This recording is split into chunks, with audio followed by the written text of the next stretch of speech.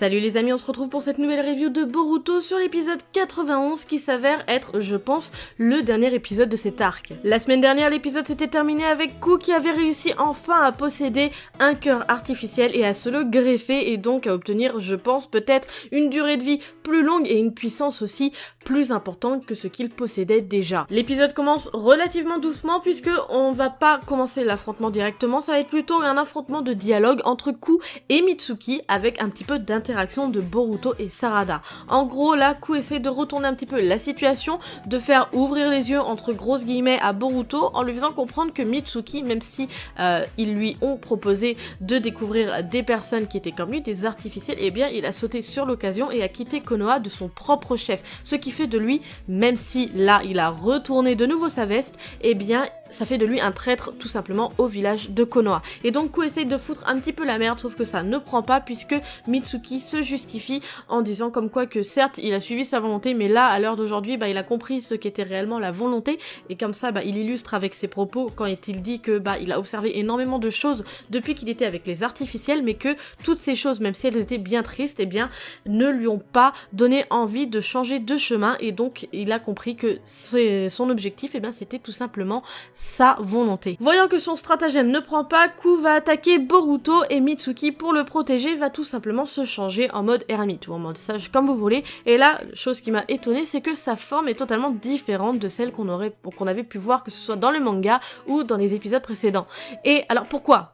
Est-ce que c'est parce que c'est une forme, un stade différent, que ce soit supérieur ou inférieur à celle qu'on a déjà vue, ou est-ce que c'est tout simplement un changement de chara design? Je ne sais pas, on n'a pas réellement d'informations dans cet épisode par rapport à ça, et en plus de ça, il ne la garde vraiment pas longtemps, il l'explique qu'il ne sait pas si son corps va résister à une telle puissance, et on comprend que non, puisque il ne la garde pas énormément de temps. Donc en soi, on comprend que cette forme est quand même assez spectaculaire et assez puissante pour que Mitsuki ait du mal à la maintenir. Avec tout le bordel qu'ils font, eh bien on a Boruto et Sarada qui sont séparés de Mitsuki, qui sont donc bloqués derrière une paroi de pierre, forcément. Et donc ils essayent de trouver des solutions. Sarada essaye de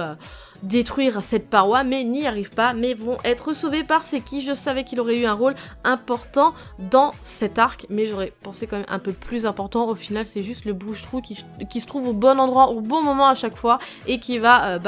tirer d'affaire nos héros. Donc c'est un peu dommage, j'aurais espéré qu'ils soient un peu plus mis en avant, mais bon, c'est quand même déjà pas mal pour un personnage qui était juste là pour faire de la figuration au moment de l'examen. Je pense qu'on pourrait le revoir prochainement, puisque il est bien décidé à devenir le prochain Tsukikage. Donc honnêtement, j'ai beaucoup d'espoir dans ce personnage. Pendant que Mitsuki est seul face à Ku, on le voit bien, il se prend quand même une branlée monumentale, et c'est assez étonnant parce que on nous avait habitué à un Mitsuki qui était quand même supérieur aux autres. Pour moi je le voyais comme ça, qui avait beaucoup plus de capacité, qui était capable de maîtriser plus de choses que ses camarades, et là au final on voit qu'il est totalement perdu. Après je pense que c'est fait pour nous faire comprendre que Ku là il a vraiment une puissance démentielle, et donc c'est normal que Mitsuki tout seul n'arrive pas à rivaliser face à lui. Et après sinon ça n'aurait pas eu d'intérêt à ce que Boruto et Sarada viennent l'aider, forcément. D'ailleurs lorsque Boruto et Sarada rejoignent Mitsuki leur dit comme quoi que il faut que Boruto sauve Onoki, et avec Sarada forcément, et qu'il s'enfuit, et que lui va s'occuper de Ku quoi. Et il va même, Boruto va lui faire comprendre comme quoi qu'il n'est pas de poids, mais Mitsuki va lui dire en gros que ce n'est pas grave, là où il habitait il a vu qu'il y avait d'autres clones de lui, donc il reviendra, mais là Boruto va lui dire oui mais même s'il a ton apparence ce ne sera pas toi parce qu'il n'aura pas ta volonté. Voilà, c'est vraiment centré sur la volonté dans cet épisode pour nous faire comprendre réellement que Mitsuki ça y est, il a compris ce qu'était la volonté, il a compris qui il était, ce qu'il voulait, et que maintenant c'est tout simplement un être humain à part entière et non plus un clone ou un artificiel, il est considéré comme un être humain. Il y a pas mal de dialogues, mais on a enfin de l'action puisque Boruto, Sarada et Mitsuki vont un petit peu reformer l'équipe 7, même si elle n'a jamais été dissoute réellement, et vont réussir à foutre une raclée à Ku. D'ailleurs, chose qui est très intéressante, c'est que Sarada va enfin déverrouiller un deuxième Tomé, et ça honnêtement c'est cool, on voit qu'elle commence à monter en puissance, déjà qu'elle avait réussi à faire quand même pas mal de choses juste avec un seul. Là honnêtement j'ai beaucoup d'attentes par rapport à elle avec son deuxième Tomoe. Et donc ils vont faire un stratagème de façon à ce que Mitsuki et Sarada vont bloquer Ku pour que Boruto va balancer son Rasengan en plein cœur tout simplement. Et Ku va forcément être terrassé, mais pas totalement puisqu'il va réussir à se relever et va faire sa technique infernale Et là, on se dit, ouais, bah, ça y est, c'est la fin des haricots, quoi. Avant de parler de la fin de cet affrontement, on va parler de ce qui se passe autour, et plus particulièrement au village de Konoha, avec donc Naruto, Shikamaru et Sai qui commencent à s'impatienter, parce qu'ils veulent se diriger au pays de la Terre pour sauver leurs enfants, c'est normal. Et donc on voit que Shikamaru est vraiment impatient au téléphone, Naruto va le dire d'ailleurs, il va même se moquer puisqu'il va voir que Sai aussi est impatient puisque il agite les doigts même s'il reste quand même relativement serein physiquement. Et d'ailleurs, il va même dire à Naruto, mais c'est normal puisque ce sont nos enfants, c'est normal d'être comme ça vu qu'on est père. Et moi j'ai trouvé ça très intéressant que ce soit Sai qui dise ça puisque on se rappelle que dans ses premières apparitions dans Naruto, eh bien il était complètement dénué de sentiments, il ne savait pas ce que c'était, donc le fait qu'il arrive déjà à avoir une progéniture et en plus d'être inquiet pour lui, moi j'ai trouvé ça juste grandiose. Ça y est, ils ont l'accord, donc Naruto et Sai vont se diriger vers le pays de la Terre et ils vont être suivis par tous les autres aspirants ninja qui vont vouloir sauver leurs amis. Honnêtement, j'ai pas compris parce que, qu'on se le dise, autant Sarada, Boruto et Mitsuki ont un certain potentiel au niveau du combat avec bien sûr Inojin, Shikadai et Shosho, autant tous les autres, je trouve qu'ils sont pas du tout mis en avant et donc ils passent un petit peu pour des boulets, quoi, clairement. Et le fait que, déjà, dans un premier temps, ils veulent y aller, que personne ne les retient, et qu'ils vont finalement les suivre, que même Shikamaru leur dit « je ne vois rien, je ne sais rien », honnêtement, j'ai trouvé ça un petit peu bête, parce que, à l'époque de Naruto, alors que quand même, ils avaient beaucoup plus de potentiel, je pense, que cela, eh bien, que ce soit les Hokage et tout, genre Tsunade, eh bien, ils avaient essayé d'empêcher quand même qu'ils s'enfuient, etc., parce que, ce n'était que des aspirants ninja, même si, au final, ils y allaient quand même. On avait quand même cet enjeu avec les adultes qui empêchaient les enfants de faire des conneries, même si les enfants le faisaient quand même. Là, honnêtement, c'est open bar. Oh, t'as 12 ans, t'as un bandeau, allez, vas-y, va te faire casser la gueule par tes gros méchants. Nous, ça ne nous dérange pas, c'est à croire qu'ils en ont trop, quoi. Enfin, voilà, j'ai trouvé quand même cette situation un petit peu cocasse, un petit peu bête, parce que, je trouve que on nous met pas du tout à l'échelle de la situation avec leur puissance, etc. Enfin, j'ai trouvé ça, bête, tout simplement. On revient sur la fin de cet affrontement, mais juste avant, on va parler d'un petit interlude entre Onoki et Ku. Donc Onoki qui va demander à Ku pourquoi est-ce qu'il a quitté le droit chemin. Ku va lui dire tout simplement que non, il ne l'a pas quitté, juste il prend les décisions pour pouvoir aller à ses objectifs tout simplement, et Onoki va lui dire comme quoi que c'était faux, que en gros il se laissait mener par la haine, sauf que Ku va lui dire, et c'est une chose en réalité assez vrai, que lui il n'est qu'un récipient, et la haine qu'il a en lui, c'est tout simplement la haine d'Onoki. Et à partir de là, donc, Onoki va avoir une sorte de flashback sur son passé, quand il était encore l'apprenti du précédent Tsukikage, donc Mu,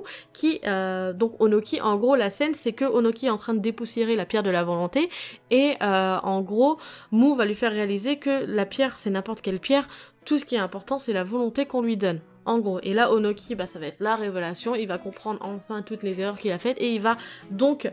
tout simplement s'interposer au moment où Ku va faire sa dernière attaque, puisque là il est complètement presque hors service, quoi. Il va donc tenter un Jinton, et là on va avoir un affrontement de techniques Jinton entre Ku et Onoki. Onoki va prendre toutes ses dernières forces et va réussir à faire une technique plus puissante que Ku et donc le terrasser. Et là on peut se dire quand même que, vu les dégâts du décor, etc., honnêtement, on n'est pas passé loin de la grosse merdasse pour Boruto et ses amis. Il me semble en avoir parlé il y a quelques épisodes, ou alors si c'était pas au début de cet arc, mais on arrive à quelque chose que j'avais, il me semble, prédit, ou alors je ne l'ai pas dit mais je l'ai pensé, je ne sais plus, excusez-moi. Donc Onoki va utiliser, comme je vous l'ai dit, toutes ses forces pour pouvoir vaincre Ku avec sa technique Jinton, et donc forcément là on arrive à l'inévitable, qui est tout simplement la fin d'Onoki. Et là, en gros, sa fin, c'est sa rédemption. Il sait qu'il a fauté, mais en gros, il a sauvé le monde avec, en terrassant Ku, en terrassant sa création, et donc, il va pouvoir quitter le monde ninja, l'esprit léger, l'âme libérée, et donc c'est tout simplement la fin d'Onoki. Que je vous le dise, je m'attendais quand même à un peu plus d'émotion au niveau de sa mort, parce que clairement, il n'y a pas d'émotion, quoi. Bon, il s'en va, il a des regrets, il a réussi à sauver le monde ninja, sa famille, c'est son pays, disons, on va dire comme ça, est clairement triste de sa mort, mais il y a pas d'émotion, il y a réellement pas d'émotion dans cette scène et j'ai été quand même assez déçue. Et d'ailleurs la scène passe totalement inaperçue puisqu'on a l'arrivée de Naruto et Sai qui vont donc retrouver leur progéniture et qui sont là clairement après la guerre. On a Konohamaru qui ressurgit, on ne sait pas pourquoi, hein, clairement, genre il y a personne qui se pose la question. Boruto, Sarada, ils savaient même pas qu'il était là, mais personne ne se pose la question de comment ça se fait que Konohamaru est là, quoi. Bon, quand même, on a une scène assez touchante, entre grosses guillemets, puisque donc Mitsuki se remet en question, se rend compte qu'au final il a réellement merdé, qu'il est devenu un danger pour Konoha, qu'il est en soi un déserteur, et il se dit être le passé de Konoha par rapport à son père, par rapport à toutes les erreurs qu'il a fait, mais non, il va avoir quand même Konohamaru qui va le prendre dans ses bras, qui va donc le rassurer, mais surtout, on va avoir l'arrivée de tous les autres aspirants, avec Metalli, etc., pour faire comprendre à Mitsuki que, comme je vous l'ai dit, ils le voient tous comme un être humain, ils le voient tous surtout comme leur camarade, et ils sont heureux que Mitsuki revienne au village de Konoha avec Boruto, Sarada et tous les autres. Mon avis sur cet épisode et sur cet arc en général. Donc déjà l'épisode était très bien, l'animation était très bien animée, mais pour moi il y a eu quand même un manque d'émotion par rapport à la mort d'Onoki. Honnêtement, j'ai eu plus de sentiments pour la mort d'Akun que pour la mort d'Onoki, et c'est dommage parce que Onoki était quand même un personnage très intéressant, très important, puisque il a quand même traversé Naruto, Shippuden, tout ça, donc vraiment, moi j'étais assez déçue que sa mort passe aussi inaperçue. Après, à propos de cet arc, honnêtement, moi j'ai trouvé que c'était un bon arc, même si c'était un hors-série, puisque il n'est pas dans le manga, mais il était très intéressant, même s'il était parfois assez long, c'était très étiré par rapport à d'autres micro-arcs qui étaient clairement trop rapides. Là, il y a certaines scènes, certains moments qui étaient vraiment très longs, mais en soi, c'était un très bon arc avec des très bons antagonistes qui n'étaient pas réellement des antagonistes, avec une vraie cause, une vraie morale. Honnêtement, moi j'ai apprécié cet arc. N'hésitez pas à me dire votre avis par commentaire, honnêtement ça m'intéresse, l'avis par rapport à cet épisode, par rapport à l'arc en lui-même, dites-moi tout. Après, je vous avoue, je ne regarde plus les previews à la fin des épisodes de Boruto, donc c'est-à-dire que là je ne sais pas du tout si dans l'épisode de la semaine prochaine, ce sera un épisode qui sera encore une fois un hors-série pour combler encore une fois un petit peu la fin de cet arc et avoir des petits événements qui vont se passer pour mettre entre grosses guillemets les personnages secondaires en premier plan, même si ça ne sert à rien. Je ne sais pas si on va rattraper le scénario du manga, je ne sais pas du tout. On verra bien la semaine prochaine, j'espère que ça va se raccrocher un petit peu au manga, mais en enlevant des éléments qui sont clairement chiants, parce que les ninjas qui font du Dokkan Battle, clairement, moi, ça m'intéresse pas. Voilà, donc honnêtement, j'espère que l'épisode de la semaine prochaine sera à la hauteur des épisodes de cet arc, parce que honnêtement, ils étaient tous très bons, très bien animés, etc., en majorité, donc j'espère réellement qu'on va continuer dans cette lancée pour les prochains épisodes, que ce soit bien animé, que ce soit bien scénarisé, que ce soit intéressant, parce que là, honnêtement, pour moi, cet arc, il était vraiment très intéressant. Voilà, cette nouvelle review de Boruto se termine, j'espère qu'il vous aura plu. N'hésitez pas, comme je vous l'ai dit, à me le dire par commentaire, likez, partagez la vidéo, ça me fera super plaisir, et surtout, ça m'encourage à continuer les reviews, que ce soit les reviews ou les 5 choses à savoir, parce que vous êtes de plus en plus nombreux à regarder mes vidéos, et honnêtement, ça me fait super plaisir. Et surtout, abonnez-vous à la chaîne si vous ne l'êtes pas, pour avoir un peu plus, pour être au courant de l'actualité et de la mise à jour des vidéos, etc. Sur ce, moi je vous laisse à la prochaine. Tchuss!